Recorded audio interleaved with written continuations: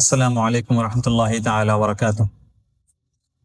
আলহামদুলিল্লাহ আলহামদুলিল্লাহ নাহমাদুহু ওয়া নাস্তাঈনুহু ওয়া নাস্তাগফিরুহু ওয়া নু'মিনু বিহি ওয়া নাতাওয়াক্কালু আলাইহি ওয়া নাউযু বিল্লাহি মিন শুরুরি আনফুসিনা ওয়া মিন সাইয়্যিআতি আ'মালিনা মান ইয়াহদিল্লাহু ফালা মুদিল্লা লাহু ওয়া মান ইউদ্লিল ফালা হাদিয়া লাহু ওয়া নাশহাদু আন লা ইলাহা ইল্লাল্লাহু ওয়াহদাহু লা শারীকা লাহু ونشهد أن سيدنا وسندنا وحبيبنا وطبيبنا ومولانا محمدا عبده ورسوله أرسله بالحق بشيرا ونذيرا وداعيا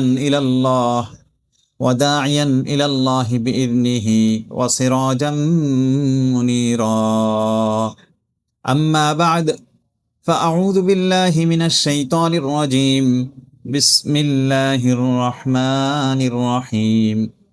إنا فتحنا لك فتحا مبينا ليغفر لك الله ما تقدم من ذنبك وما تأخر ويتم نعمته عليك ويهديك صراطا مستقيما وينصرك الله نصرا عزيزا. صدق الله مولانا العظيم وصدق رسوله النبي الكريم ونحن على ذلك من الشاهدين والشاكرين والحمد لله رب العالمين. محترم معزز مكرم মুসল্লিয়ান ইকরাম, বুজুর্গানে দ্বীন, বিরাদারানে ইসলাম, পর্দার আড়ালের মা বোনেরা এবং ছোট্ট সোনামণিরা, উপস্থিত সুধীবৃন্দ, সবাইকে শুভেচ্ছা এবং সালাম জানিয়ে আজকের তাফসীরুল কোরআন মাহফিল আমরা শুরু করছি। শুরুতেই মহান রব্বে করিমের দরবারে লাখো কোটি শুকরিয়া জ্ঞাপন করি। আল্লাহ তাআলা আপনাকে আমাকে বড়ই ভালোবেসে তার পবিত্র ঘরে আসার তৌফিক দান করেছেন এবং তারপর কালামে পাকের তাফসীরে বসার তৌফিক এনায়েত করেছেন। সবাই অন্তরের অন্তঃস্থল থেকে শুকরিয়াতান বলি আলহামদুলিল্লাহ। প্যারে হাজিরিন, আমরা ধীরে ধীরে একদম সূরাতুল ফাতিহা থেকে আজকে সূরাতুল ফাতহ, ফাতিহা এবং ফাতহ এই দুইটা সূরার শব্দমূল এক, ফাতাহাইন, হা। ফাতিহা মানে সূচনা, কিন্তু ফাতহুন মানে হচ্ছে ভিক্টরি, বিজয়। তো কোরআনে কারীম সূরা ফাতিহা থেকে যেটা শুরু হয়েছে, এভাবে ৪৭টা সূরা শেষ করে আজকে ৪৮ নম্বর সূরাতে এসেছি আমরা। আলহামদুলিল্লাহ, আল্লাহর কাছে আমরা দোয়া করি, মুনাজাত করি যেন আল্লাহ তাআলা এভাবে ১১৪টি সূরা, সবগুলি সূরা আমাদের আলোচনা করার এবং তাদাব্বুর করার, এটা তাফসীর করার এবং শ্রবণ করার তৌফিক দান করেন। তাহলে এটা সাউথ কোরিয়ায় একটা দারুণ বিষয় হবে, আল্লাহর বিশেষ নিয়ামত হবে যে পুরো কোরআনে কারীম শুরু থেকে শেষ একই জায়গায় বসে আমরা শেষ করলাম। তো আপনারা ইনশাআল্লাহ সবাই থাকবেন শেষ পর্যন্ত। আল্লাহ সুবহানাহু ওয়া তাআলা সবাইকে তৌফিক দান করেন। সূরাতুল ফাতহের আজকে কয়েকটি আয়াত তেলাওয়াত করেছি। এটা ৪৮ নম্বর সূরা, আর এতে ২৯টি আয়াত রয়েছে। ফাতহুন শব্দের শাব্দিক অর্থ আপনারা শুনেছেন, ভিক্টরি। ভিক্টরি মানে বিজয়। তো এটার একটা প্রেক্ষাপট আছে, আজকে ওই প্রেক্ষাপটেই আলোচনা করব এবং যে কয়টা আয়াত আমরা সংক্ষিপ্ত তাফসীর করা যায় সেটা করব। শুরুতে আমরা কোরআনে কারীম এই সূরাটার প্রথম কয়েকটা আয়াতের তরজমা করব। আল্লাহ সুবহানাহু ওয়া তাআলা বলছেন, ইন্না ফাতাহনা লাকা ফাতহান মুবিনা, নিঃসন্দেহে হে রাসূল আপনাকে আমরা সুস্পষ্ট বিজয় দান করেছি। সুবহানাল্লাহ।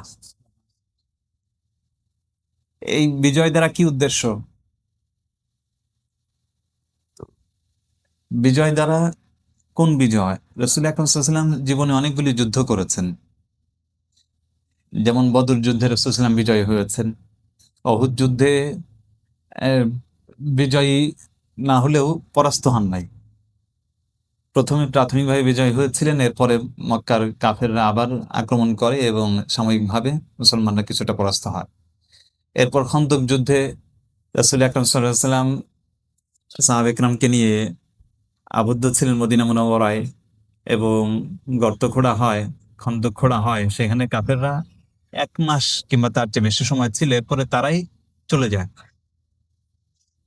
এরপর মক্কা বিজয় হয়, তাবুক যুদ্ধে বিজয় হয় এবং আরো যত যুদ্ধ আছে, হুনাইনের যুদ্ধ প্রাথমিক একটু পরাস্ত হয়েছিলেন, তারপরে চূড়ান্তভাবে বিজয় লাভ করেন। মোট 27টি যুদ্ধে সরাসরি রাসূল আকরাম সাল্লাল্লাহু আলাইহি ওয়াসাল্লাম অংশগ্রহণ করেন। কিন্তু এবং এর ভিতরে শুধুমাত্র অহুদ যুদ্ধ ছাড়া প্রায় প্রত্যেকটা যুদ্ধে রাসূল আকরাম সাল্লাল্লাহু আলাইহি ওয়াসাল্লাম বিজয় লাভ করেন। এছাড়া 80টার উপরে সারিয়া অর্থাৎ অভিযান পরিচালনা করেন, যেটা রাসূল সাল্লাল্লাহু আলাইহি ওয়াসাল্লাম সরাসরি নিজে অংশগ্রহণ করেন নাই, বরং সাহাবা একরামের বিভিন্ন কাফেলাকে পাঠিয়েছেন বিভিন্ন অঞ্চলে কাফেরদের সঙ্গে যুদ্ধ করার জন্য। সেখানেও বহু জায়গায় বিজয় হয়েছেন, কিছু কিছু জায়গায় সাময়িক পরাস্ত হয়েছেন, ফিরে এসেছেন। তো শতাধিক যুদ্ধ রাসূল আকরাম সাল্লাল্লাহু আলাইহি ওয়াসাল্লামের জীবদ্দশায় মদিনা মুনাওয়ারায় যে 10 বছর ছিলেন, মক্কার জীবনে তো কোনো যুদ্ধ হয় নাই। তখন যুদ্ধ করা, প্রতিহত করা, আক্রমণ করা এটা নিষেধ ছিল, বরং সবরের তালকিন দেওয়া হয়েছিল এবং সেখানে আফু এবং ক্ষমা উপেক্ষা করার নির্দেশ দেওয়া ছিল। ফাআফু আনহুম ওয়াসফাহ ওয়াকুল সালাম। তখন বলা হয়েছিল যে রাসূল আপনি তাদের ক্ষমা করে দেন, উপেক্ষা করেন। অনেকবার সাহাবা একরাম এসে অনুরোধ করেছেন, ইয়া রাসূলুল্লাহ আপনি আমাদেরকে অনুমতি দেন যেন আমরা তাদের উপর আক্রমণ করতে পারি বা পাল্টা আক্রমণ করতে পারি, তাদের প্রতিবাদ করতে পারি, আক্রমণের পাল্টা জবাব দিতে পারি। কিন্তু প্রত্যেকবারই রাসূল আকরাম সাল্লাল্লাহু আলাইহি ওয়াসাল্লাম তাদেরকে ফেরত দিয়েছেন। এর কারণ ছিল যেটা আমরা আগে আলোচনা করেছি, প্রাথমিক সময়ে মানে যুদ্ধ করার জন্য, আক্রমণ করার জন্য, প্রতিশোধ নেওয়ার চাইতে গুরুত্বপূর্ণ ছিল নিজেদের গঠন।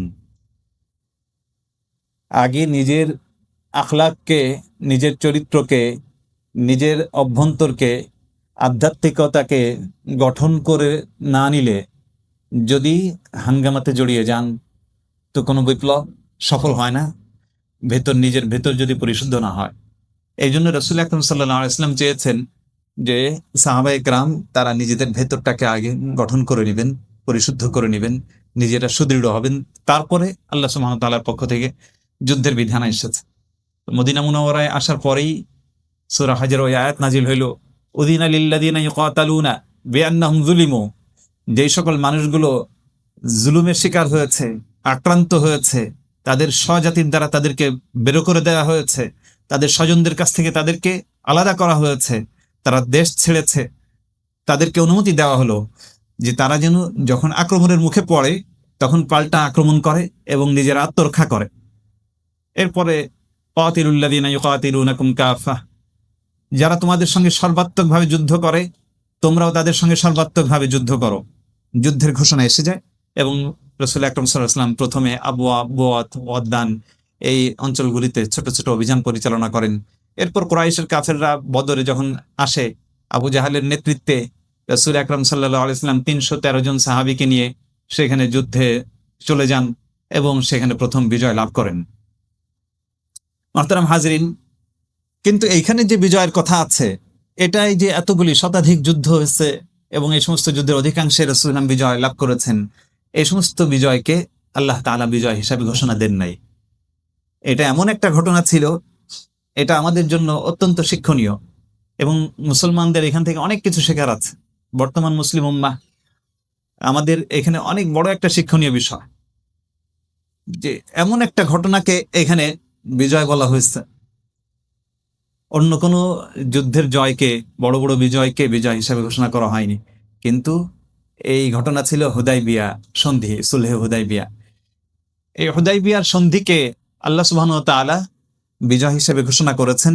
এর জন্য পূর্ণ একটি সূরা নাজিল করেছেন, সূরাতুল ফাতহ, বিজয় হিসেবে। এবং আল্লাহ এখানে ঘোষণা করছেন, হে রাসূল আপনাকে আমি সুস্পষ্ট বিজয় দান করেছি। সুবহানাল্লাহ।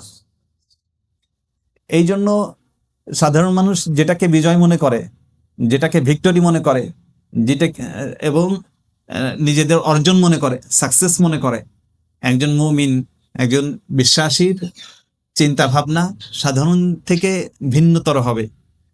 কোনটা বিজয়, ইসলামের বিজয়, কোনটা মুসলিম উম্মার বিজয়, এটা আমাদেরকে বুঝতে হবে। এই ঘটনাটা ছিল হুদাইবিয়ার সন্ধি। হুদাইবিয়ার সন্ধির ঘটনার প্রেক্ষাপটটা আমি সংক্ষেপে আলোচনা করব আজকে যতটুকু পারা যায়। বাকি ইনশাল্লাহ সূরার তাফসীর এবং বাকি বিষয়গুলি আমরা সামনের সপ্তাহে আলোচনা করব। তো এটা ছিল হুদাইবিয়ার এই ঘটনাটি। এটা ছিল ৬ষ্ঠ হিজরি সনে। রাসূল আকরাম সাল্লাল্লাহু আলাইহি ওয়াসাল্লাম মক্কা মুকাররমা থেকে মদিনা মুনাওয়ারায় আসলেন, তখন তার বয়স 53।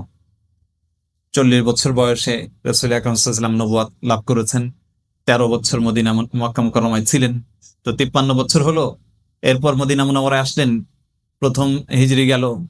দ্বিতীয় হিজরির শুরুতেই রমজান মাসে বদর যুদ্ধ হলো। তৃতীয় চতুর্থ হিজরি, তৃতীয় বা চতুর্থ হিজরিতে অহুদ যুদ্ধ হলো। অহুদ যুদ্ধের পরে পঞ্চম হিজরিতে খন্দক যুদ্ধ হলো, যেখানে 10,000 কাফের সারা আরব থেকে এসেছিল মদিনায় আক্রমণ করতে, এবং তারা আহজাবের এই যুদ্ধ শেষে তারা পালিয়ে চলে গেল আবু সুফিয়ানের নেতৃত্বে। রাসূল সাল্লাম ঘোষণা করলেন যে কাফেররা আর তোমাদের উপর আক্রমণ করবে না, এবং কুরাইশের সঙ্গে ছোটখাটো বহু অভিযান সারিয়া হয়েছে, যেখানে কুরাইশরা নেস্তানাবুদ হয়ে গেছে, কিংবা অনেক বেশি আর্থিক এবং মানসিক ক্ষতির সম্মুখীন হয়েছে। তাদের অনেক বড় বড় নেতা মারা গেছে। বদর যুদ্ধে 70 জন কুরাইশের কাফের মারা গিয়েছিল। এরপর ছোটখাটো যে সমস্ত যুদ্ধ হয়েছে, বহু বহু কুরাইশ মারা গেছে সেখানে। তো এই অবস্থায় রাসূল আকরাম সাল্লাল্লাহু আলাইহি ওয়াসাল্লাম বললেন যে এখন তারা আর আসবে না। ঠিক এই অবস্থায় 6ষ্ঠ হিজরি সনে এতগুলো যুদ্ধ হয়ে গেছে, এবং কুরাইশ ভেঙে পড়েছে। কুরাইশের অর্থনীতিও ভেঙে পড়েছে। তাদের যে বাহিনীগুলি যেত সিরিয়ার দিকে এবং ইয়ামানের দিকে, তো সিরিয়া অভিমুখে বড় তাদের ব্যবসায়িক এই ছিল ইলাফি কুরাইশ, এই সূরাতে যেমন আছে। কুরাইশরা শীতকাল এবং গ্রীষ্মকাল, বছরের 2টা বড় ব্যবসায়িক কাফেলা তাদের যাইত। শীতকালে তারা এসে যেত ইয়ামানে, আর গ্রীষ্মকালে তারা কোথায়, সিরিয়া। তো সিরিয়া এবং বাইতুল মাকদিস, ইসরায়েল, প্যালেস্টাইন, এই অঞ্চলে প্রাচীন আরবরা ব্যবসায় যাইত। এমনকি রাসূল আকরাম সাল্লাল্লাহু আলাইহি ওয়াসাল্লামের বাবা এবং তার দাদা আব্দুল মুত্তালিব এবং রাসূল সাল্লামের বংশধারের পূর্বপুরুষ যারা, তারা ব্যবসা করতে এদিকে আসতেন। আব্দুল মুত্তালিব ব্যবসা করে প্যালেস্টাইনে এসেছিলেন, এবং আব্দুল্লাহ তিনিও ব্যবসার উদ্দেশ্যে বের হয়েছিলেন। 20 বছর বয়সে যখন রাসূল আকরাম সাল্লাল্লাহু আলাইহি ওয়াসাল্লাম মাতৃগর্ভে আমেনার গর্ভে আছেন, 20 বছর বয়স তখন হযরত আব্দুল্লাহ। রাসূলের বাবার নাম ছিল আব্দুল্লাহ, এবং তার বয়স মাত্র 20 বছর। 20 বছর বয়সে তিনি ব্যবসার উদ্দেশ্যে প্যালেস্টাইনে চলে গেছিলেন। মদিনা পার হয়ে, মদিনার পথ দিয়ে যেতে হতো তখন, ইয়াসরিবের পথ দিয়ে, এবং সেখান থেকে সিরিয়া থেকে ফেরার পথে তিনি আবওয়া নামক জায়গা, এখানে আসার পর অসুস্থ হয়ে যান। 20 বছর বয়স তখন। আর রাসূলের আম্মার বয়স তখন 14 বছর, অর্থাৎ আমেনা 14 বছর বয়সে রাসূলুল্লাহ সাল্লাল্লাহু আলাইহি ওয়াসাল্লাম গর্ভে আসেন। আর আব্দুল্লাহ বিয়ে করেছেন মাত্র। বিয়ে করে কিছুদিন থেকেই তিনি চলে গেছিলেন ব্যবসায়িক কাজে। খানদান ছিল ব্যবসায়ী। আসার পথে ইন্তিকাল করেন। তো এই অঞ্চলে বড় বড় ব্যবসায়িক কাফেলা যাইতো। এখন যেহেতু এই দিক থেকে যেতে হলে মদিনা পথে পড়ে, আর ইয়াসরিবে মুসলমানদের একটা বড় কাফেলা রয়েছে, মুসলমানরা রয়েছেন সেইখানে, শক্তিশালী হয়ে উঠছে। মদিনা একটা রাষ্ট্র হয়ে উঠছে। এইখানে মক্কার কুরাইশের কাফেররা তারা ওইদিকে যেতে পারে না, তাদের ব্যবসা থেমে গেছে। একবার একটা ব্যবসায়িক কাফেলা কোনোভাবে আবু সুফিয়ানের নেতৃত্বে এসেছিল, পথে বাধাগ্রস্ত হয়। পরে আবু জাহেল আসে। আবু জাহেলরা তারা সবাই মারা পড়ে, 70 জন। এরপরে এই দিক থেকে কাফেলা যাইতে পারে না। এরপর ছোটখাটো ব্যবসায়িক কাফেলা ওইখানে লোহিত সাগরের পাশ দিয়ে, রেড সি, ওই দিক থেকে যাওয়ার চেষ্টা করত, দূর দূর থেকে। কিন্তু রাসূল আকরাম সাল্লাল্লাহু আলাইহি ওয়াসাল্লাম সাহাবায়ে কেরামকে ওই কার্নিশ বলে না, কে বলে, মানে সি বিচ, মানে সমুদ্র তীরের যে অঞ্চলগুলো, হ্যাঁ, ফরাসি ভাষায় কার্নিশ বলে। তো এই সমুদ্র তীরের অঞ্চলগুলিতে ওইখানে প্রহর বসানো ছিল। সাহাবায়ে কেরাম সবসময় এখানে পাহারা দিত যে কুরাইশরা দিক থেকে ব্যবসায় যায় কিনা। তো কোনো ব্যবসায়িক কাফেলা আসলে তাদের বাধা সৃষ্টি করতো এবং তাদেরকে যাইতে দিত না। এই কারণে তারা তাদের ব্যবসা পড়ে গেছে। তো এই অবস্থায় 6ষ্ঠ হিজরি সনের ঘটনা, রাসূল আকরাম সাল্লাল্লাহু আলাইহি ওয়াসাল্লাম একদিন স্বপ্ন দেখলেন। এক রাতে স্বপ্ন দেখলেন যে তিনি সাহাবায়ে কেরামকে নিয়ে এহরামের কাপড় পরেছেন, এবং সবাই এহরাম বেঁধে, দল বেঁধে সাহাবায়ে কেরাম মক্কা মুকাররমায় প্রবেশ করেছেন, এবং তারা উমরা করেছেন। রাসূল আকরাম সাল্লাল্লাহু আলাইহি ওয়াসাল্লামের অভ্যাস ছিল যে ফজরের পরে সাহাবায়ে কেরামকে নিয়ে এভাবে বসতেন এক জায়গায়। আর সবার কাছ থেকে জিজ্ঞেস করতেন, তোমরা আজকে রাতে কেউ কোনো স্বপ্ন দেখেছে কিনা? তো সাহাবা একরাম কেউ কোনো স্বপ্ন দেখলে সেটা বলতেন, রাসূল আকরাম সাল্লাল্লাহু আলাইহি ওয়াসাল্লাম সেটার তাবির ব্যাখ্যা দিয়ে দিতেন। আবার কখনো কখনো রাসূল সাল্লাম নিজে কোনো স্বপ্ন দেখলে সেটা বলতেন যে আমি আজকে এই স্বপ্ন দেখলাম। তো ফজরের পরে একদিন এরকম সাহাবা একরাম রাসূলকে ঘিরে বসেছেন। তা আল্লাহ রাসূল সাল্লাল্লাহু আলাইহি ওয়াসাল্লাম বললেন, জানো আজকে রাতে আমি স্বপ্নে দেখলাম যে আমি তোমাদের নিয়ে সবাইকে নিয়ে মক্কায় প্রবেশ করছি এবং এহরাম বাঁধা অবস্থায় প্রবেশ করছি, সেখানে উমরা সম্পাদন করেছি। তো সাহাবা ইকরাম তারা কুরাইশের যে সমস্ত মুহাজির সাহাবী ছিলেন, নেতৃস্থানীয় সাহাবী ছিলেন, আবু বকর সিদ্দিক রাদিয়াল্লাহু আনহু, ওমর ইবনুল খাত্তাব রাদিয়াল্লাহু তাআলা আনহু, ওসমান ইবনে আফফান, আলী ইবনে আবি তালিব এবং অসংখ্য সাহাবী নেতৃস্থানীয় মুহাজির তারা সব মক্কার ছিলেন। তারা স্বদেশ থেকে বের হয়েছেন, 6 বছর হয়ে গেছে, তারা একবারও মক্কায় যাইতে পারেন নাই। তো আর এদিকে মদিনা থেকেও এই রাসূল সাল্লামকে আশ্রয় দেওয়ার পরে আনসাররাও কখনো আর মক্কায় যেতে পারছেন না। তো সবাই খুব আগ্রহী হয়ে উঠলেন যে ইয়া রাসূলুল্লাহ, আপনি যেহেতু স্বপ্ন দেখেছেন তাহলে আমরা সবাই মক্কায় যাই। নবীদের স্বপ্ন এটা সবসময় ওয়াহী। নবীরা যে স্বপ্ন দেখে এটা ওয়াহী। সাহাবা একরাম এটা জানেন যে আল্লাহ রসুল যেটা স্বপ্নে দেখেছেন, স্বপ্ন অর্থ হচ্ছে যেটা 100% সত্য হবে। আল্লাহ রসুল ইসলাম কোরআনে কারিমের যে ওয়াহী নাজিল হওয়া শুরু হইল, জিবরিল আমিন আসার আগে 3 বছর স্বপ্নের মাধ্যমে রসুলকে ওয়াহী দেওয়া হতো। মানে সরাসরি যে ওয়াহির যে প্রক্রিয়া, ওয়াহিটা আল্লাহ রসুলের কাছে আল্লাহর কাছ থেকে কিভাবে আসতো, একদম প্রথম দিকে রসুল সাল্লামকে স্বপ্নের মাধ্যমে ওয়াহী দেওয়া হতো। রাসূলুল্লাহ সাল্লাল্লাহু আলাইহি ওয়াসাল্লাম যেটা স্বপ্নে দেখবেন এটা সাধারণ মানুষের স্বপ্নের মতো নয়। সাধারণ মানুষের ভেতরেও যারা দিনদার নেককার হয়, যারা সত্য কথা বলে, যাদের জবান ঠিক থাকে, যাদের মন পরিচ্ছন্ন থাকে, মিথ্যা যদি আপনি না বলেন, আপনার জবানকে পাক রাখেন, হাসি মজাক করেও ঠাট্টা করেও মিথ্যা যদি আপনি না বলেন, তাহলে আপনার স্বপ্ন সত্য হবে। যদি কেউ সত্য স্বপ্ন দেখতে চান, আল্লাহর পক্ষ থেকে গাইডেন্স পেতে চান, স্পষ্ট নির্দেশনা পেতে চান, তাহলে এটা একটা পদ্ধতি। আপনার জবানের হেফাজত করবেন, জবান দিয়ে সত্য বলতে হবে, মিথ্যা বলা যাবে না। আমি আগে অবশ্য বিশ্লেষণ করেছি যে সত্যের অর্থ কি। মন্দ কথা এটা সত্য বললেও সত্য না, পচা কথা মুখ দিয়ে বের করলে ওইটা সত্য হয় না। সব সত্য সত্য না। সত্য বলতে কি বোঝায়? সত্যের মূল বিষয় হচ্ছে সেই কথার দ্বারা আল্লাহ সন্তুষ্টি হতে হবে। বুঝতে পারছেন? যেই কথার দ্বারা আল্লাহ অসন্তুষ্ট হন ওই কথা সত্য না। একজনকে আপনি গালি দিলেন এবং সে সে গালি দিয়ে যে কথাটা বললেন সেই কথাটা সত্য, কিন্তু এই কথাই কি আল্লাহ সন্তুষ্ট হবে? আপনি আরেকজনকে আঘাত করে, অ্যাটাক করে আপনি কথা বললেন, একজন মুসলিম ভাইকে অপমান করে আপনি যে কথা বললেন, এটা হাজার সত্য হোক, কিন্তু এটাকে ইসলামের পরিভাষায় সত্য বলবে না। সত্য মিথ্যার এই পার্থক্য, সত্য মিথ্যার এই সংজ্ঞা অনেকে বোঝে না। অনেকে মনে করে আমি বড় সত্যবাদী। আপনার কথা সত্য হওয়ার জন্য এটা সবচেয়ে বড় জরুরি, যে সবচেয়ে বড় সত্য হচ্ছে তাওহীদ, একত্ববাদ, এক আল্লাহর জন্য কাজ করতে হবে। আপনি যে কথা বলবেন সে আল্লাহ সন্তুষ্টির জন্য সেই কথাটা বলতে হবে। তা আপনার মুখ থেকে যে কথাটা উচ্চারিত হচ্ছে এটার দ্বারা আল্লাহ সন্তুষ্ট হচ্ছেন কি হচ্ছেন না, এর উপর নির্ভর করবে যে আপনার এই কথা সত্য কি সত্য না। এই জন্য হাদিসে আছে যে কোনো কোনো সময় মিথ্যা, কিছু কিছু মিথ্যা আছে সেটার কথা মানে সত্য, মানে বাস্তব না, অবাস্তব, কিন্তু এর দ্বারা আল্লাহ সন্তুষ্ট হন। মানে দুই ভাইয়ের ভিতরে কি হচ্ছে, ঝগড়া হয়েছে, তা আপনি তাদের ভিতর কোনো একটা কথা বললেন যে কথাটা বাস্তব না, অবাস্তব, কিন্তু এই কথার দ্বারা তাদের ভিতরে সন্ধি হয়ে গেল, তাদের ভিতর সুন্দর সম্পর্ক হয়ে গেল। তো এই কথার দ্বারা, এটা যদিও অবাস্তব, বাস্তব না, কিন্তু আল্লাহ সুবহানাহু ওয়া তাআলা এর দ্বারা খুশি হন।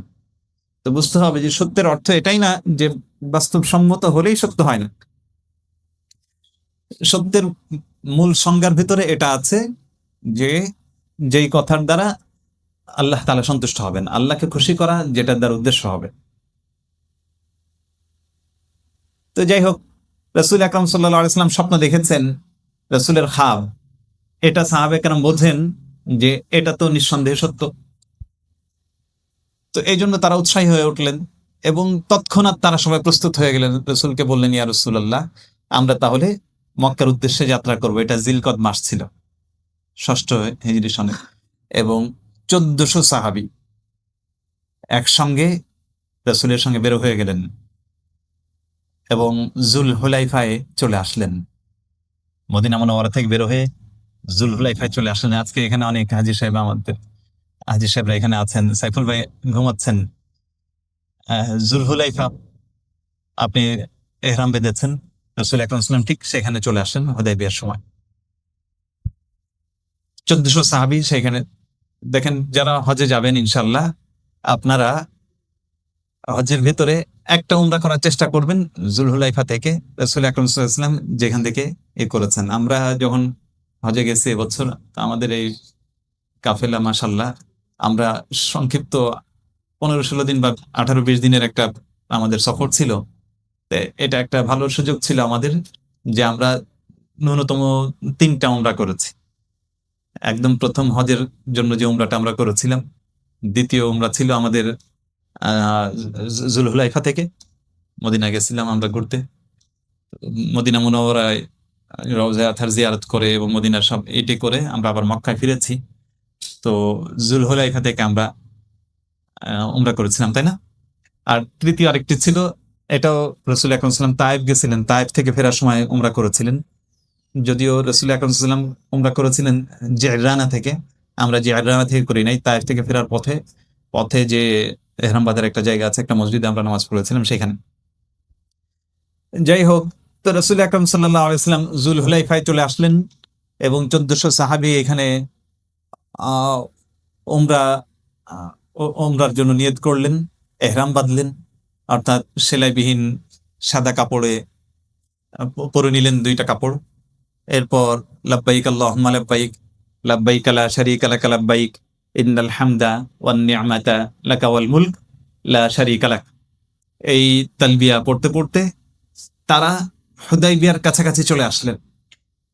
এদিকে মক্কায় এই খবর রটে গেল যে মুহাম্মদ সাল্লাল্লাহু আলাইহি ওয়াসাল্লাম তার সঙ্গীদেরকে নিয়ে মক্কায় চলে আসছেন। সেই সময় মক্কার সঙ্গে মদিনার কুরাইশের কাফেরদের সঙ্গে মুসলমানদের একটা থমথমে পরিবেশ চলছিল। যেহেতু অনেকগুলো যুদ্ধ হয়ে গেছে, তাদের সম্পর্ক মোটেও সুন্দর ছিল না। কুরাইশের কাফেররা জমায়েত হয়ে গেল এবং খালিদ বিন ওয়ালিদের নেতৃত্বে বিরাট একটা কাফেলা কুরা আল গামিমে পাঠিয়ে দেওয়া হলো। তারা মুসলমানদের গতিবিধি নজর রাখছিল। রাসূল আকরাম সাল্লাল্লাহু আলাইহি ওয়াসাল্লামকে তারা দূর থেকে পর্যবেক্ষণ করছিল। আর কুরাইশের কাফেররা দারুন নাদওয়ায় জমা হয়ে গেল, কি করা যায়। তারা পরামর্শ করলো কোনো অবস্থাতেই মুহাম্মদকে সাল্লাল্লাহু আলাইহি ওয়াসাল্লাম এবং তার সাথীদেরকে মক্কায় ঢুকতে দেওয়া যাবে না। কারণ যদি তারা এই অবস্থায় মক্কায় ঢোকে, তাহলে সারা আরবে এটা চাউর হয়ে যাবে যে আমরা পরাস্ত হয়ে গেছি আর মুসলমানরা বিজয়ী হয়ে গেছে, তাদের সঙ্গে দীর্ঘদিন আমাদের যুদ্ধ চলছে, এটা আমাদের দুর্নাম ছড়িয়ে পড়বে। রাসূল আকরাম সাল্লাল্লাহু আলাইহি ওয়াসাল্লাম কাছাকাছি পৌঁছে গেছেন।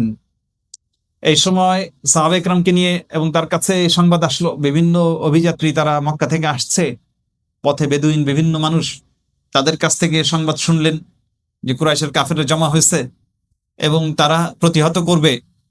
সাহাবা একরামকে নিয়ে বসলেন, বললেন যে বলো আমরা এখন মক্কায় কিভাবে ঢুকবো? আমরা তো এহরাম বেঁধে এসেছি, এখন আমরা যদি মক্কায় আমরা কিভাবে প্রবেশ করব? আমরা কি যুদ্ধের নিয়ত করে ঢুকবো নাকি উমরার নিয়তে প্রবেশ করব? যদি আমাদের মুখোমুখি হয় কুরাইশের কাফেররা, সেটা আমরা প্রতিহত করব। তো আবু বকর সিদ্দিক বললেন, ইয়া রাসূলুল্লাহ, আপনি যেহেতু উমরার উদ্দেশ্যেই বের হয়েছেন ঘর থেকে, তো আমরা যুদ্ধ নয় বরং আমরা উমরার উদ্দেশ্যে প্রবেশ করব। যদি আমরা কোনো কুরাইশের কাফেররা যদি আমাদের মুখোমুখি হয়, তাহলে আমরা প্রতিহত করব। অন্যান্য আনসারী সাহাবী বললেন, ইয়া রাসূলুল্লাহ, বদর যুদ্ধে যেমন বলেছিলেন যে আমরা বনী ইসরাইলের মতো আপনাকে ত্যাগ করব না, আপনি আমাদেরকে হুকুম করবেন, আমরা সামনে অগ্রসর হব, আমরা যুদ্ধের জন্য সদা প্রস্তুত আছি। রাসূল আকরাম সাল্লাল্লাহু আলাইহি ওয়াসাল্লাম সবাইকে নিয়ে রওনা করলেন আবার নতুন করে। হুদাইবিয়া নামক জায়গায় আসলে হুদাইবিয়া একটা কূপের নাম, প্রাচীন পথের উপর একটা প্রাচীন কূপ ছিল। তো সেখানে আসার পর কিছু দূর যাওয়ার পরেই রসুলের যে উটনি ছিল কাসওয়া, এই উটটাই রসুল সাল্লাম সবসময় চড়তেন। হিজরতের সময় আবু বকর সিদ্দিক রাদিয়াল্লাহু তাআলা আনহু এটা গিফট করেছিলেন রসুল আকরাম সাল্লাল্লাহু আলাইহি ওয়াসাল্লামকে। সেই উটটাতে চড়েই যাচ্ছিলেন কসওয়া। তো কসওয়া হুদাইবিয়ার ওইখানে এসে বসে গেল। তো সবাই বলতে লাগলো যে কসওয়া বিগড়ে গেছে। রাসূল সাল্লাল্লাহু আলাইহি ওয়াসাল্লাম বললেন যে কসওয়া বিগড়ে যায় নাই, বরং হাবিসুল ফিল, অর্থাৎ হস্তি বাহিনীকে যিনি আটকে দিয়েছিলেন সে আল্লাহ সুবহানাহু ওয়া তাআলা কসওয়াকে বসায় দিয়েছেন। সুতরাং কসওয়া এখানে বসে গেছে, আল্লাহ তাকে বসাইছেন। জেনে রাখো, আজকে কুরাইশ আমার সঙ্গে যে শর্তে, যে চুক্তিতে আমার সঙ্গে সন্ধি করতে চায়, আমি সেই চুক্তি এবং সন্ধি মেনে নিব। সাহাবা একরামকে নিয়ে ওইখানে বসলেন। এরপর কুরাইশ থেকে ওই দিক থেকে এক এক করে বিভিন্ন দূত আসতে লাগলো। প্রথমে বুদাইল ইবনে ওয়ারকা, তাকে পাঠাইলো এবং সে রাসূলকে এসে স্পষ্ট বলল যে হে মুহাম্মদ, কুরাইশ এটা কোনোভাবেই মেনে নিবে না, আপনি এখন প্রবেশ করতে পারবেন না। আপনি যদি এখানে ঢুকতে চান তাহলে যুদ্ধ বেঁধে যাবে। রাসূল আকরাম সাল্লাল্লাহু আলাইহি ওয়াসাল্লাম বললেন যে দেখো, আমি যুদ্ধের জন্য আসি নাই, বরং দেখতে পাচ্ছ আমরা এহরামের কাপড় বেঁধে এসেছি, আমরা উমরা করার জন্য এখানে আমরা আসছি।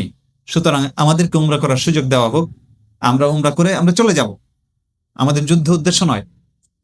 বুদাইল ইবনে ওয়ারকা রাসূলের কথা শুনে কুরাইশের কাছে ফিরে গেল এবং বলল যে দেখো, মুহাম্মদ সাল্লাল্লাহু আলাইহি ওয়াসাল্লাম এই কথা বলেছেন, তো মুহাম্মাদের এই কথা তোমরা মেনে নাও। কিন্তু কুরাইশের যে সমস্ত নেতৃস্থানীয় লোক ছিল তারা গোঁড়া ছিল এবং তারা কোনোভাবেই এই কথা মানছিল না। উরওয়া ইবনে মাসউদ আস-সাকাফিকে আবার পুনর্বার পাঠানো হলো। উরওয়া ইবনে মাসউদ আস-সাকাফি যখন আসলেন, তায়েফের উনি নেতা ছিলেন। এক কথায় কুরাইশের মক্কার লোকজন, তায়েফের নেতৃবৃন্দ এবং আশপাশের নেতৃবৃন্দ সবাই জমায়েত হয়েছিল এই ঘটনার সময়। তো উরওয়া ইবনে মাসউদ আস-সাকাফি তিনি আসলেন। তিনি এসে রাসূল আকরাম সাল্লাল্লাহু আলাইহি ওয়াসাল্লামের পাশে বসেছিলেন এবং তার সঙ্গে দীর্ঘ আলাপ আলোচনা হলো। আর তখন তিনি সাহাবা একরামের অবস্থা দেখেছেন যে আল্লাহ রসুল যখন অজু করেন, অজুর পানি পড়ার আগে আগে সবাই সেই পানিটা হাতে নিয়ে নেয় এবং সেটা তাদের শরীরে মাখে। আল্লাহ রসুলের প্রতি তাদের মহাব্বত এবং ভালোবাসা এবং রসুলের আনুগত্য দেখে খুব অভিভূত হলো। রসুল সাল্লাম তাকে বুঝাইলেন যে দেখো, আমরা এখানে উমরা করতে এসেছি, আমরা যুদ্ধের জন্য আসি নাই। আর কুরাইশের সঙ্গে আমার যা যুদ্ধ হবার হয়েছে, এখন তাদেরকে বলো আরবের সঙ্গে আমাকে ছেড়ে দিতে। যদি পুরো আরব এর সঙ্গে যুদ্ধে আমি বিজয়ী হই এবং আরবরা যদি ইসলামে দাখিল হয়, তারা ইচ্ছা করলে আমাদের সঙ্গে মুসলিম হবে, আর ইচ্ছা করলে তারা আলাদা থাকলো। কিন্তু এখন তারা যুদ্ধ করতে করতে নিজেদের নেতৃবৃন্দ, নিজেদের কর্মীরা এবং তাদের বংশের বহু মানুষ হতাহত হয়েছে, নিহত হয়েছে, তাদের ব্যবসা বাণিজ্য ভেঙে পড়েছে। তাদেরকে বলো যে এই যুদ্ধ বন্ধ করতে এবং আমাদের সঙ্গে এই যুদ্ধ এখানে শেষ করতে। তো উরওয়া ইবনে মাসউদ আস-সাকাফি তিনি কুরাইশের কাছে ফিরে গিয়ে এই কথা তাদেরকে বোঝানোর চেষ্টা করলো যে মুহাম্মদ তো এই কথা বলেছেন, এটা আমার কাছে যৌক্তিক মনে হয়। তিনি যে নবুয়তের কথা বলছেন, তিনি যে রিসালাতের কথা বলেন, আমরা দেখে আরবের সঙ্গে কি হয় তার সঙ্গে যুদ্ধ আমরা এখানে শেষ করি। কিন্তু কুরাইশের কাফেররা এটাও মানলো না। তৃতীয় পর্যায়ে আরেকজন সোহাইল ইবনে আমর এবং আরো কয়েকজনকে সাথে পাঠাইলো। এই কথোপকথন চলছে, এদিকে হযরত ওসমান ইবনে আফফানকে রাসূল আকরাম সাল্লাল্লাহু আলাইহি ওয়াসাল্লাম চিন্তা করলেন যে কুরাইশের দূতরা যেমন আসছে, আমাদের প্রতিনিধি আমরা কাউকে পাঠাই যে সরাসরি গিয়ে কুরাইশের সঙ্গে কথা বলবে। তো রাসূল সাল্লাল্লাহু আলাইহি ওয়াসাল্লাম প্রথমে হযরত উমরকে বললেন। উমর খুব সুবক্তা ছিলেন এবং উমর খুব সাহসী ছিলেন। এই জন্য হযরত উমরকে বললেন যে হে উমর, তুমি আমাদের প্রতিনিধি হিসেবে যাও এবং কুরাইশের সঙ্গে নেগোসিয়েশন করো। উমর ইবনুল খাত্তাব বললেন, ইয়া রাসূলুল্লাহ, জাহেলি যুগে আমার সঙ্গে কুরাইশের অনেকের সঙ্গে শত্রুতা ছিল। উনি যেহেতু শক্তিমান ছিলেন, তো ওনার সঙ্গে অনেক বাকবিতণ্ডাও হয়েছে, অনেকের সঙ্গে দুশ্মনীও আছে। বললেন যে আমি গেলে নির্ঘাত তারা আমাকে হত্যা করে ফেলবে এবং এই কোন সন্ধি চুক্তি এটা তাদের আমার মাধ্যমে হওয়া কঠিন হবে। আমি এমন একজনের কথা বলবো যে গেলে তাদের সঙ্গে আলাপ আলোচনা এটা সুন্দরভাবে অগ্রসর হবে। কে বললেন যে হযরত উসমানকে আপনি পাঠান, কারণ ওসমান ইবনে আফফান তার সঙ্গে মানুষের অনেক সুসম্পর্ক, উনি জাহেরি যুগেই দানশীল ছিলেন এবং অনেক ধনাঢ্য ব্যক্তি ছিলেন। আর তো তার যে গোত্র ছিল বনু উমাইয়া, তারা অনেক শক্তিমান ছিল। তো তিনি গেলে তাকে কেউ গায়ে হাত দিবেন এবং তার সঙ্গে ভালো আচরণ করবে। রাসূল আকরাম সাল্লাল্লাহু আলাইহি ওয়াসাল্লাম হযরত উসমানকে এবং সাথে আর কয়েকজনকে পাঠান। ওসমান ইবনে আফফান রাদিয়াল্লাহু তাআলা আনহু তিনি মক্কায় চলে আসেন এবং পথেই তার বংশের দুই একজন তাকে ইস্তেকবাল করেন এবং নিরাপত্তা দেন। তিনি মক্কায় প্রবেশ করেন এবং কাফেরদের সঙ্গে দীর্ঘ আলাপ আলোচনা করেন। ওই বক্তব্যটাই রাসূল সাল্লাম যে বার্তা দিয়েছেন সেই বার্তাটা তাদেরকে দেন। সেখানে কুরাইশের কাফেররা হযরত উসমানকে অফার করে যে আসেন, আপনি বাইতুল্লাহ তওয়াফ করবেন, আপনি উমরা করুন। তো হযরত উসমান বলেন যে রাসূল আকরাম সাল্লাল্লাহু আলাইহি ওয়াসাল্লাম তওয়াফ করার আগে আমি তওয়াফ করতে পারি না। তো উনি নাকশ না, রাসূল সাল্লাল্লাহু তাকে বলে দিয়েছিলেন যে হ্যাঁ উসমান, মক্কায় অনেক দুর্বল মুমিন আছে, অনেক অসুস্থ মানুষ আছে, কিংবা অনেক মুমিন আছে যারা আমার উপর ঈমান রাখে, যারা ইসলামে বিশ্বাসী, কিন্তু হিজরত করতে পারছে না পরিস্থিতির কারণে, কিংবা তাদের সেই সামর্থ্য নাই। তো এই সমস্ত মানুষদেরকে তুমি সুসংবাদ দিবে, এই সুসংবাদ দিবে যে ইনশাআল্লাহ আল্লাহ তাআলা তোমাদের মুক্তির এবং দ্রুত ব্যবস্থা করবেন, তোমরা মুসলমানদের সঙ্গে রাসূলুল্লাহ সাল্লাল্লাহু আলাইহি ওয়াসাল্লামের সঙ্গে দ্রুত তোমরা মিলিত হতে পারবে। তো তিনি কয়েকদিন ছিলেন। ওসমান ইবনে আফফান ওই সমস্ত মুসলিমদের সঙ্গে যারা বিভিন্ন জায়গায় মক্কার বিভিন্ন জায়গায় ইসলাম কবুল করেছেন কিন্তু কাফেরদের ভেতরেই থাকতে বাধ্য হচ্ছিলেন, তাদেরকে গিয়ে সুসংবাদ দান করেন। এই অবস্থায় আলাপ আলোচনা চলছে। কুরাইশের কাফেররা 50 জনের একটা কাফেলা তারা কুরাওয়াল গামিমে পাঠায় আলাদা করে, যে অতর্কিতে রাসূলুল্লাহ সাল্লাল্লাহু আলাইহি ওয়াসাল্লামের উপর যেন তারা হামলা করে এবং রাসূলুল্লাহ সাল্লাল্লাহু আলাইহি ওয়াসাল্লামকে যেন শহীদ করে দেওয়া যায়। এই কাফেলাটা রাসূল আকরাম সাল্লাল্লাহু আলাইহি ওয়াসাল্লামের সঙ্গে থাকা সাহাবায়ে কেরাম তাদেরকে ধরে ফেলেন। এই সংবাদ কুরাইশদের কাছে পৌঁছাইলে তারা হযরত উসমানকে এবং মুসলমানদের ছোট্ট যে কাফেলা ছিল 10 জনের, তাদেরকেও গ্রেফতার করে ফেলে।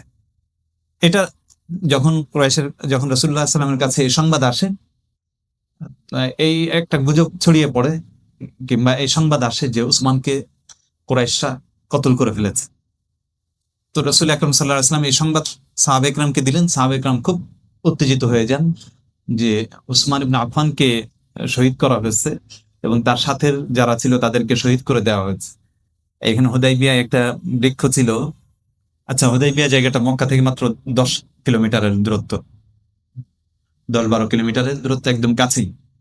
তো এদিকে কুরাইশের কাফেররা এই 10 কিলোমিটারে, আপনারা দেখেছেন রিফাত ভাই, মানে পাহাড়ি এলাকা মক্কার পুরো অঞ্চলটা। তো হুদাইবিয়ার ওইখান থেকে যতগুলি পাহাড় আছে তারা রাসূলের সমস্ত বিষয়ে কি করছেন, কি পদক্ষেপ নিচ্ছেন, এটা দেখার জন্য প্রত্যেক পাহাড়ে কিছু কিছু কাফেরদেরকে রেখে দিয়েছিল। তো তাদের পদ্ধতি ছিল এই যে হুদাইবিয়ার পাশেই তারা জমায়েত দেখছে 1400 সাহাবী একসাথে। তো একজন চিৎকার করে পাশের পাহাড়ের একজন থাকবে, তাকে বলে দেয়। এইভাবে মক্কা পর্যন্ত সবসময় সংবাদ আদান প্রদান তাদের চলছিল। তো রাসূল আকরাম সাল্লাল্লাহু আলাইহি ওয়াসাল্লাম ওইখানে একটা গাছ ছিল, বড় পুরনো গাছ, এটাকে শাজারাতুর রিদওয়ান বলা হয়। ওই গাছের কাছে সব সাহাবা 1400 সাহাবীকে জমা করলেন এবং বললেন যে আসো আমরা এখানে বায়াত নিব। তো সবাই হাতে হাত রাখে এবং রাসূল সাল্লামের বাম হাতের উপরে অন্য সমস্ত সাহাবায়ে কেরাম হাত রাখেন, প্রতিনিধিরা, এবং সবাই এখানে শপথ বাক্য পাঠ করেন। রাসূল সাল্লাম তার ডান হাত হযরত উসমানের হাত বলে যে এটা উসমানের হাত বলে এই বায়াত নেন যে আমরা এখান থেকে হয়তো মৃত্যু, শাহাদাত, না হলে বিজয় অর্জন করব, বিজয় না হলে শাহাদাত। এই শপথ নিয়ে এটাকে বায়াতুর রিদওয়ান বলা হয়। এবং ইসলামের ইতিহাসে যে কয়েকটি বড় ঘটনা আছে যেটার বিশেষ মর্যাদা রয়েছে, যারা এই সমস্ত ঘটনায় সাক্ষী ছিলেন তাদের বিশেষ ফজিলত উল্লেখ করা হয়েছে। যেমন হিজরত একটি বড় ঘটনা, মুহাজির সাহাবাদের বিশেষ ফজিলত রয়েছে যেটা অন্যদের নাই। দ্বিতীয় ঘটনা ছিল বদর যুদ্ধ, 313 জন। এই বদর যুদ্ধে যারা অংশগ্রহণ করেছে তাদের অন্যদের চাইতে বেশি মর্যাদা ছিল, বদরি সাহাবী বলা হয়। তৃতীয় ঘটনা ছিল এটা, বাইআতুর রিজওয়ান। এই বাইআতুর রিজওয়ানে যারা অংশগ্রহণ করেছে ইসলামে তাদের বিশেষ মর্যাদা। সাহাবা ছিলেন 100 লক্ষ, আপনারা জানেন, 1,24,000 কিংবা আরো বেশি। কিন্তু এই 100 লক্ষ সাহাবির ভিতরে এই 1400 সাহাবির বিশেষ মর্যাদা, যারা এই ঐতিহাসিক ঘটনা সাক্ষী ছিলেন, যারা রসুলের হাতে বায়াত হয়েছিলেন এই সময় যুদ্ধের জন্য এবং জীবন দেওয়ার জন্য। এই কথা এখানে বলা হয়েছে, ইন্নাল্লাযীনা ইউবাইউনাকা ইন্নামা ইউবাইউনাল্লাহ। এবং তারপরেই যেহেতু খালিদ ইবনুল ওয়ালিদ তখনও মুসলিম হননি, তিনি ওই অঞ্চলটার যেখানে ভালো কূপ আছে, ভালো পানি আছে, সেই অঞ্চল দখল করে নিয়েছেন। রাসূল সাল্লাল্লাহু আলাইহি ওয়াসাল্লাম সাহাবা ইকরামকে নিয়ে আরেক সাইডে সরে গেলেন, যেখানে পানির ভালো ব্যবস্থা ছিল না। আল্লাহ রসুল একটা কূপের কাছে গেলেন পরিত্যক্ত। রাসূল সাল্লাম সেখানে একটা তীর আল্লাহর কালাম পড়ে ফু দিয়ে বললেন, তীরটা এখানে গেঁথে দাও। তীর গেঁথে দেওয়া হলো, আর ওই কূপ থেকে প্রচুর পরিমাণে পানি বের হয়ে আসলো, একদম মানে কূপ পরিপূর্ণ হয়ে গেল, এবং সাহাবা ইকরাম সেখান থেকে যে কয়দিন ছিলেন পানি পান করেছেন। এরপর রাসূল আকরাম সাল্লাল্লাহু আলাইহি ওয়াসাল্লাম সেখানে অবস্থান করছেন। এই সময়ে কুরাইশের লোকরাও ওই পাহাড়ের উপর, পাহাড়ে এই সংবাদ চলে যাচ্ছিল। তারা দেখছিল যে এখানে তারা মুসলমানরা সব জামায়াত হয়েছে এবং তারা বায়াত করেছে, তারা যুদ্ধের জন্য প্রস্তুত হয়ে গেছে। তো কুরাইশের কাফেররা কিছুটা ভীত হলো, এবং তখন তারা সুহাইল ইবনে আমরকে আর একটা প্রতিনিধি দল তাদেরকে পাঠাইল। তারা এসে তখন এই চুক্তি সম্পাদন করলো। চুক্তিতে এই কথা বলা ছিল যে 10 বছর মুসলমানদের মাঝে এবং কুরাইশের মাঝে কোনো ধরনের যুদ্ধ হবে না, যুদ্ধবিরতি। আর দ্বিতীয় চুক্তি ছিল এটা যে যদি, প্রথম কথা হচ্ছে যখন এই চুক্তি হচ্ছে মুসলমানরা খুবই উত্তেজিত ছিলেন, সাহাবা ইকরাম তারা কোনো চুক্তি করতে প্রস্তুত না, তারা চান ঠিক আছে আমরা এখন যুদ্ধ করব। কিন্তু রাসূল আকরাম সাল্লাল্লাহু আলাইহি ওয়াসাল্লাম তাদেরকে শান্ত করেন। কিন্তু চুক্তি যেগুলি হলো, প্রথম তো বিষয় ছিল যে 10 বছর কোনো যুদ্ধ হবে না। দ্বিতীয় শর্ত ছিল যদি কেউ মক্কা মুকাররমা থেকে মুসলিম হয়ে মদিনায় আসে তো মুসলমানরা তাকে ফেরত দিবে। আর মদিনা থেকে যদি কেউ মুরতাদ হয়ে মক্কায় চলে আসে কাফের হয়ে, তাকে কুরাইশরা ফেরত দিতে বাধ্য থাকবে না। আর 3 নম্বর ছিল যে এই বছর আপনারা ফেরত যাবেন, উমরা করবেন না। পরের বছর আপনারা 3 দিনের জন্য আসবেন এবং সাথে কোনো অস্ত্র আনতে পারবেন না, শুধু একটা তরবারি যেটা খাপে আবদ্ধ থাকবে। তো এই চুক্তি হলো। রাসূল আকরাম সাল্লাল্লাহু আলাইহি ওয়াসাল্লাম চুক্তি মেনে নিলেন, শর্তগুলি। ঠিক আছে, এই শর্তগুলি আমি মেনে নিলাম। তারপর এই চুক্তি হচ্ছে, হযরত ওমর মতো সাহাবী তিনি এসে বললেন, ইয়া রাসূলুল্লাহ, এটা আপনি কি চুক্তি করছেন? আপনি কি সত্য রাসূল নন? আমরা কি হকের উপর নেই? রাসূল বললেন যে এই বিষয়ে তোমার কি সন্দেহ? অবশ্যই আমরা সত্য, আমি সত্য রাসূল। ওমর বললেন, তাহলে কেন এই লাঞ্ছনা আমরা মেনে নিব? রাসূল বললেন যে দেখো, আমি আল্লাহর রাসূল এবং আল্লাহ সুবহানাহু ওয়া তাআলা আমার সঙ্গে আছেন, আল্লাহ আমার সাহায্যকারী, এবং চূড়ান্ত বিজয় আমাদের জন্যই হবে। হযরত ওমর আবু বকর সিদ্দিকের কাছে গেলেন। আবু বকর সিদ্দিককে বলেন, হে আবু বকর, মুহাম্মদ সাল্লাল্লাহু আলাইহি ওয়াসাল্লাম কি সত্য রাসূল না? আবু বকর বললেন, অবশ্যই তিনি সত্য রাসূল। তাহলে এই লাঞ্ছনা কেন আমাদের? আবু বকর বললেন যে জেনে রাখো, মুহাম্মদ সাল্লাল্লাহু আলাইহি ওয়াসাল্লাম আল্লাহর রাসূল এবং আল্লাহ তার সঙ্গে আছেন, আল্লাহ তার সাহায্যকারী, এবং আল্লাহ অবশ্যই তাকে চূড়ান্তভাবে বিজয়ী করবেন। একই উত্তর দিলেন। আল্লাহ রাসূল যে উত্তর দিয়েছেন, হযরত আবু বকর একই উত্তর দিলেন। কিন্তু ওমর তিনি তৃপ্ত হলেন না। এই অবস্থায় চুক্তি সম্পন্ন হয়ে গেল। চুক্তি লেখার সময় হয়ে গেল। এটা লেখা হচ্ছে যে হাদা মা আহাদা আলাইহি মুহাম্মদ রাসূলুল্লাহ। প্রথম লিখলো বিসমিল্লাহির রহমানির রহিম। হযরত আলীকে বললেন যে লেখো। তো বিসমিল্লাহির রহমানির রহিম লেখা হলো। সোহাইল বলল যে আর রহমান আর রহিম লেখা যাবে না, কারণ আমরা কথা শুরু করি বিসমিকা আল্লাহুম্মা, কুরাইশে পদ্ধতি ছিল বিসমিকাল্লাহুম, আর রহমান আর রহিম কেটে দেওয়া হল। দ্বিতীয় লাইন ছিল যে মোহাম্মদ রাসূলুল্লাহ এই চুক্তি করছেন। তো সঙ্গে সঙ্গে সোহাইল বললেন যে তাহলে এটা যদি আমরা মানি যে আপনি আল্লাহ রসুল, তাহলে এত যুদ্ধ বিগ্রহ কেন? এই রাসূলুল্লাহ শব্দ কেটে দিতে হবে। তখন হযরত আলীকে রাসূল সাল্লাল্লাহু আলাইহি ওয়াসাল্লাম বললেন যে হে আলী, রাসূলুল্লাহ শব্দ কেটে দাও। হযরত আলী তিনি রাসূলের সবসময় অনুগত ছিলেন, কিন্তু উনি বললেন অসম্ভব, আমি এই রাসূলুল্লাহ শব্দ কাটবো না। তো অন্যান্য সাহাবীদের বললেন কেউ এই শব্দ কাটবে না। আল্লাহ রাসূল সাল্লাল্লাহু আলাইহি ওয়াসাল্লাম জীবনে কোনো কিছু নিজ হাতে লেখেননি, উম্মি নবী, কিন্তু রাসূল সাল্লাল্লাহু আলাইহি ওয়াসাল্লাম তখন নিজে কলম নিলেন এবং এটা কেটে নিজে লিখলেন মুহাম্মদ ইবনে আব্দুল্লাহ। এই চুক্তি সম্পাদন হইল। তো এই চুক্তি সম্পাদন হবার পরে এই আয়াত নাজিল হয়েছে। আমরা প্রথম আয়াতের তর্জমা করেছি আজকে, ইন্না ফাতাহনা লাকা ফাতহাম মুবিনা। আল্লাহ সুবহানাহু ওয়া তাআলা বললেন যে হে মুহাম্মদ, আপনাকে আমরা সুস্পষ্ট বিজয় দান করেছি। সুবহানাল্লাহ।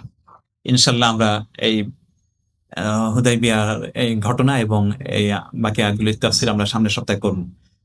তো আজকের এখান থেকে আমরা যে শিক্ষাটাই আমরা আসলে আলাপ করতে পারলাম না। আমরা সামনের সপ্তাহে বিস্তারিত আলোচনা করব যে এই এটা বিজয় কিভাবে হলো, এটাকে এত বড় বিজয় হিসেবে আল্লাহ সুবহানাহু ওয়া তাআলা ডিক্লেয়ার করলেন কিভাবে, এবং এখান থেকে আমাদের জন্য সবচেয়ে বড় শিক্ষা কি রয়েছে, এটা আমরা পরবর্তী সপ্তাহে ইনশাআল্লাহ আলোচনা করব। আল্লাহ সুবহানাহু ওয়া তাআলা আমাদেরকে সবাইকে বোঝার এবং আমল করার তৌফিক দান করেন। আমিন ওয়া আখিরু দাওয়ানা আলহামদুলিল্লাহি রাব্বিল আলামিন। আসসালামু আলাইকুম ওয়া রাহমাতুল্লাহ।